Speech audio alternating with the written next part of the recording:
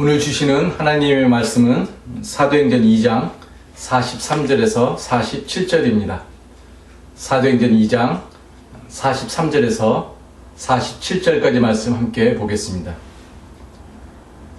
사람마다 두려워하는데 사도들로 인하여 기사와 표적이 많이 나타나니 믿는 사람이 다 함께 있어 모든 물건을 서로 통용하고 또 재산과 소유를 팔아 각 사람의 필요를 따라 나눠주고 날마다 마음을 같이하여 성전에 모이기를 힘쓰고 집에서 떡을 떼며 기쁨과 순전한 마음으로 음식을 먹고 하나님을 찬미하며 또 온 백성에게 칭송을 받으니 주께서 구원받는 사람을 날마다 더하게 하시니라. 아멘. 우리 사랑하는 갈릴리 식구 여러분, 지난 한 주간도 주 안에서 모두 평안하게 지내셨는지요? 오늘로서 우리가 가정에서 예배를 드린 지 벌써 12번째, 12번째 주일을 보내고 있습니다. 약 3달 동안 우리가 모이지 못하고 있는데 이번 여름에 함께 만나서 예배를 드리면 얼마나 좋을까 하는 생각을 개인적으로 하게 됩니다. 지난 주일이 5월 마지막 주 지난 주일이 교회력으로 보면 성령 강림 주일이었습니다. 우리는 이 성령 강림 주일을 다른 말로는 오순절이라고도 부릅니다. 우리가 이날을 성령 강림 주일이라고 부르는 이유는 예수님께서 약속하시고 말씀하셨던 성령이 이날 내렸기 때문이고, 또 오늘 우리가 이날을 오순절이라고 부르는 이유는 그 성령께서 예수님의 부활 이후에 50일째 내렸기 때문에 그러합니다. 전통적으로 보면 이 오순절은 유대인들에게 있어서 상당히 중요한 절기입니다. 6월절 후, 즉 그들이 출애굽한 후에 50일째에 해당되는 날이 이 오순절인데, 이 오순절에 출애굽한 이스라엘 백성들은 하나님으로부터 시내산에서 율법을 받게 되고 계약의 백성으로 거듭나게 됩니다. 즉 이스라엘 백성이 이집트에서 출애굽한 후에 이집트에서 살아왔던 삶하고는 전적으로 다른 또 다른 삶을 살게 되었는데, 그러한 새로운 삶을 기념하는 절기가 바로 오순절입니다. 이 오순절의 정신이 신약 성경 시대에도 계속해서 이어지는 것을 보게 됩니다. 우리가 알다시피 이 오순절에 성령이 내림으로 인해서 이 땅에 주님의 교회가 탄생하게 되었습니다. 즉 하나님으로부터 부르심을 받은 사람들이 모여서 성령을 받게 되고, 그래서 오늘날 우리가 부르는 에클레시아, 하나님의 교회가 이 땅에 탄생하게 된 것이었습니다. 그런데 이 일이 바로, 성령이 내리는 이 일이 바로 오순절에 생겨났다는 것입니다. 그렇다면 교회의 탄생은 다름 아닌 제2의 출애굽의 사건이라고 할 수가 있고, 이 땅에서 새로운 출애굽의 백성으로서 새로운 삶을 살아가야 되는 정체성을 교회는 갖고 있다고 할 수가 있겠습니다. 그렇다면 새로운 삶으로 부름을 받은 교회를 성경은 어떤 모습으로 그리고 있는지 오늘 말씀을 통해서 살펴보도록 하겠습니다. 예수님께서 부활하신 후에 이 땅에서 40일을 거하셨습니다. 그동안에 예수님은 제자들을 만나시면서 그들에게 하나님의 나라를 두고 여러 가지를 말씀하셨습니다. 그리고는 마지막으로 그들에게 너희는 예루살렘을 떠나지 말고 내게서 들은 아버지의 약속을 기다리라고 명령을 하셨습니다. 그 후에 예수님께서는 그들이 보는 눈앞에서 하늘로 승천하셨습니다. 예수님의 명을 받은 제자들과 예수님의 가족들과 예수님을 따르는 많은 신도들은 예수님의 말씀대로 예루살렘을 떠나지 않고 한 곳에 머물러 있었습니다. 그들의 숫자가 약 120명 정도 되었다고 말을 합니다.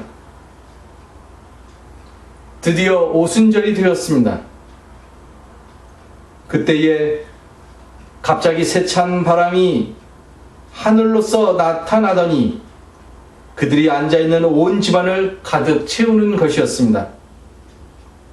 그리고 불길이 솟아오르는 것과 같은 혀들이 갈래갈래 갈라지면서 나타나더니 각 사람 위에 내려앉는 것이었습니다. 그러자 그날 모여있었던 예수님의 제자 모든 사람들이 성령으로 충만해져서 성령이 시키는 대로 각각 다른 방언으로 말하기 시작했습니다. 부활하신 주님이 말씀하셨던 성령이 오순절에 내린 성령의 사건이었습니다. 그 당시 예루살렘에는 오순절을 기념하기 위해서 세계 각국으로부터 온 경건한 유대인들이 많이 있었습니다. 이들은 지중해 연안에 흩어져 살고 있었던 디아스포라 유대인들인데 이들은 자신들 앞에서 벌어지고 있었던 이 성령 사건을 보고 상당히 놀라게 됩니다. 왜냐하면 예수님의 따르미들이 웅성웅성하면서 새로운 언어로 기도를 하는데 그 기도의 언어가 다름 아닌 자기들이 일상에 살면서 쓰는 그런 언어의 말로 들렸기 때문이었습니다. 그러니 제자들의 기도를 들으면서 그들은 놀라서 어리둥절할 수밖에 없었습니다. 그리고 나서 그 디아스포라 유대인들이 예수님을 따르는 이 새로운 이 무리들을 향해서 이렇게 이야기합니다.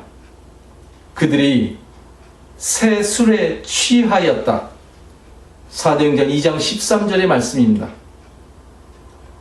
예수님을 따르는 그 에클레시아의 무리들을 향해서 디아스포라 유대인들이 그들이 새 술에 취하였다라고 말을 한 것이었습니다. 제가 이번에 코비드-19의 이 기간을 보내면서 오늘 우리가 읽었던 사도행전 2장의 말씀을 읽고 설교를 준비하는데 종전과는 사뭇 다른 시각으로 읽게 되었습니다. 기존에는 이 사도행전 2장의 말씀을 읽으면서 주로 성령의 모습과 그 성령의 모습들이 갖는 그런 의미에 대해서 말씀을 묵상하고는 했습니다. 오늘 말씀해 보니까 성령의 모습은 세찬 바람의 모습이었고 불길이 혀처럼 갈라지는 모양이었고 그리고 새로운 언어의 모양으로 나타났습니다.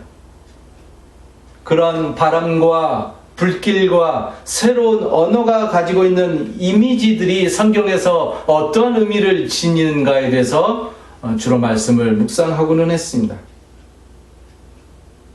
그런데 이번에는 이 말씀을 읽을 때에 전혀 생각지도 못했던 전혀 뜻밖의 표현이 제 눈에 들어오게 되었는데 그것이 바로 새 술에 취하였다라는 표현이었습니다. 그래서 오늘 설교의 제목을 저는 새 술에 취한 삶이다라고 정했습니다. 여러분, 성경에서 새것 혹은 새롭다라고 하는 표현은 대단한 상징성을 지니는 언어입니다. 새로움은 한마디로 말해서 과거의 삶하고의 단절을 말하고 기존의 삶의 모습과 결별하는 것을 말합니다. 종전의 패러다임의 세계를 넘어서서 새로운 패러다임의 시대가 열린 것을 우리는 새 시대가 열리게 되었다라고 표현할 수 있습니다. 성경에서 예를 들어보면 예수님은 새 술은 새 부대에 넣어야 한다고 말씀하셨습니다. 바울은 우리가 그리스도 안에서 새로운 피조물이라고 말씀하셨습니다.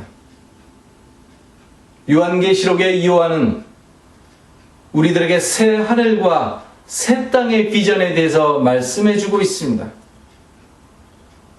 이처럼 성경에서 새롭다라고 한다는 것은 하나님의 새로운 삶의 법칙을 이야기하는 것입니다.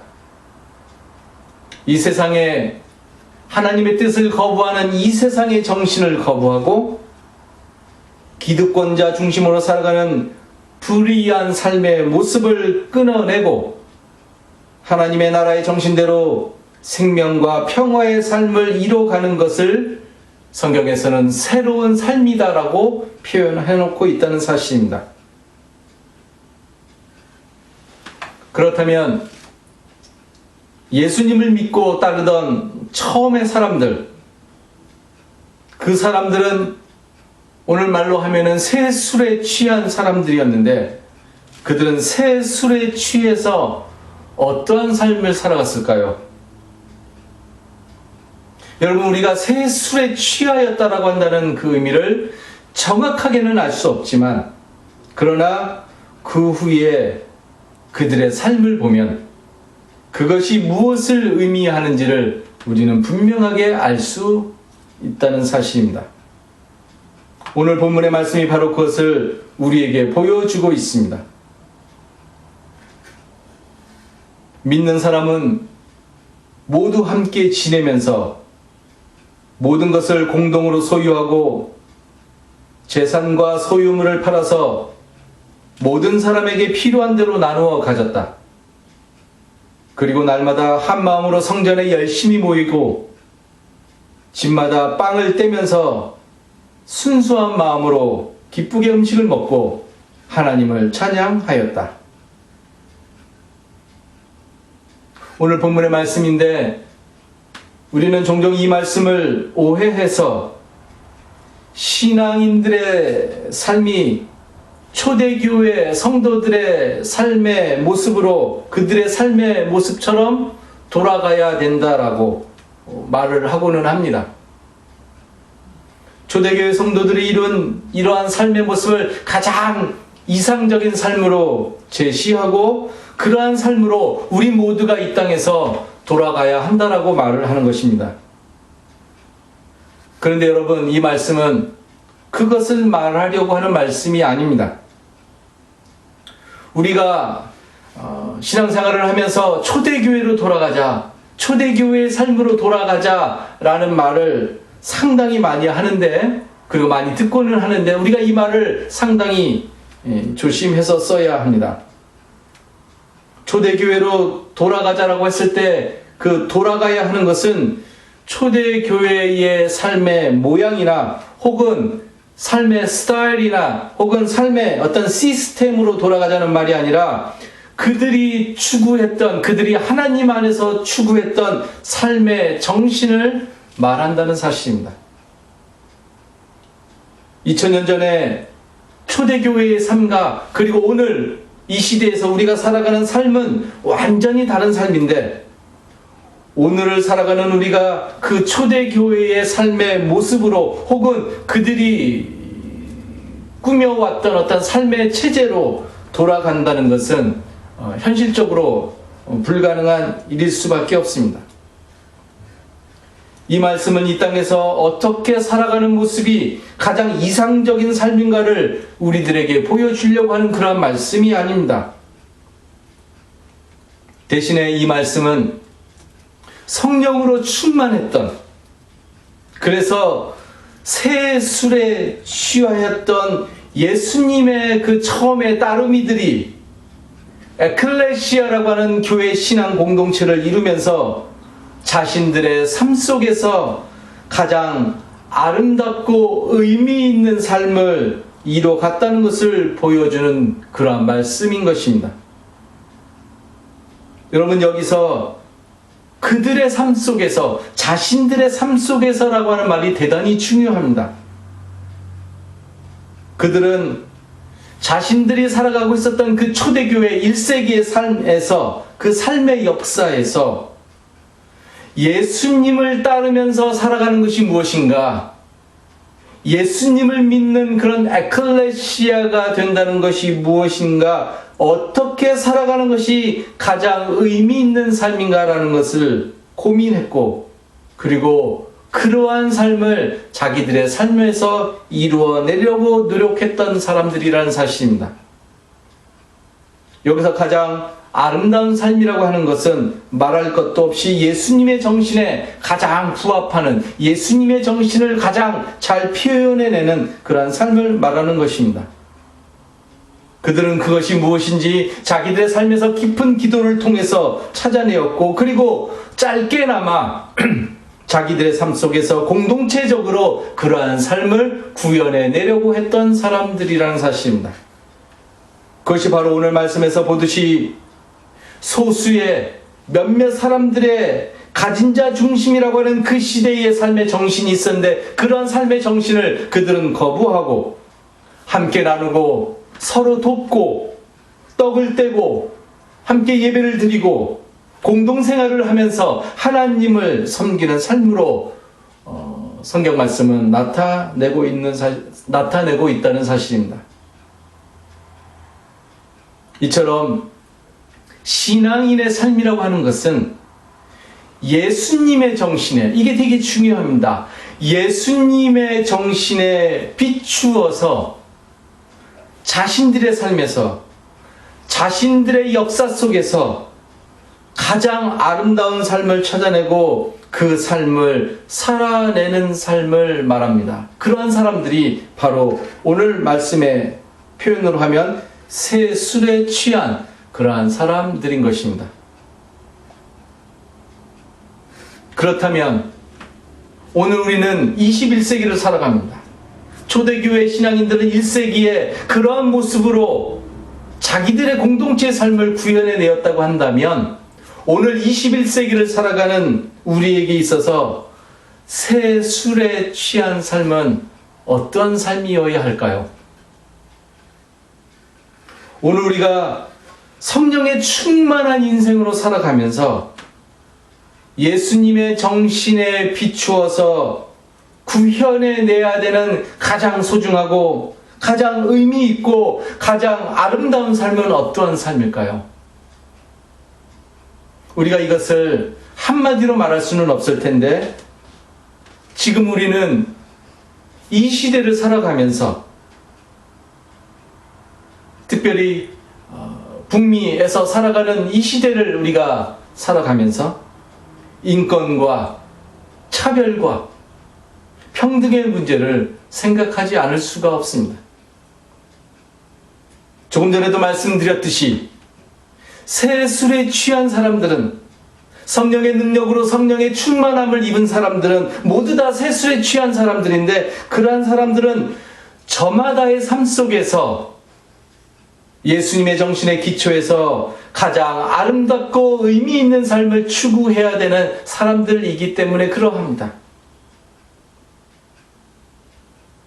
지금 미국 전역에서는 경찰의 폭력에 의해서 죽음을 당한 조지 플로이드의 비참한 죽음을 계기로 인해서 인종차별, 레이시즘에 항거하는 시위가 연일 벌어지고 있습니다.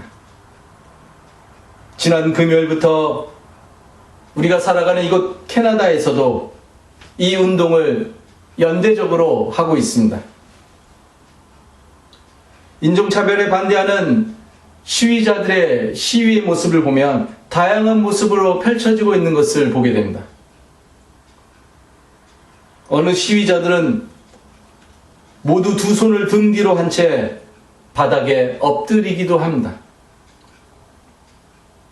흑인 남성이었던 조지 플로이드가 백인 경찰에 진압될 당시의 모습을 재현하는 것입니다. 정확하게 8분 46초. 플로이드가 목이 눌려 있었던 시간만큼 그들은 같은 자세로 움직이지 않고 누워 있는 것입니다. 큰 소리도 움직임도 없는 평화 시위이지만 그들의 메시지는 너무나 분명했습니다. 경찰들도 각지에서 한쪽 무릎을 꿇기 시작하는 것을 볼 수가 있습니다. 한쪽 무릎을 꿇는다는 것은 인종차별에 항의하는 대표적인 상징적인 자세인데, 이번에 이 포즈를 시위에 동조하는 경찰들이 시위대와 함께 취했다는 사실입니다. 이곳 토론토에서도 경찰청장이 무릎을 꿇었고, 심지어 오타와에서는 지난 금요일에 트루도 총리도 시위에 참여하여 시민들과 함께 무릎을 꿇고 연대하는 아주 놀랍고 의미 있는 모습을 보여주기도 했습니다.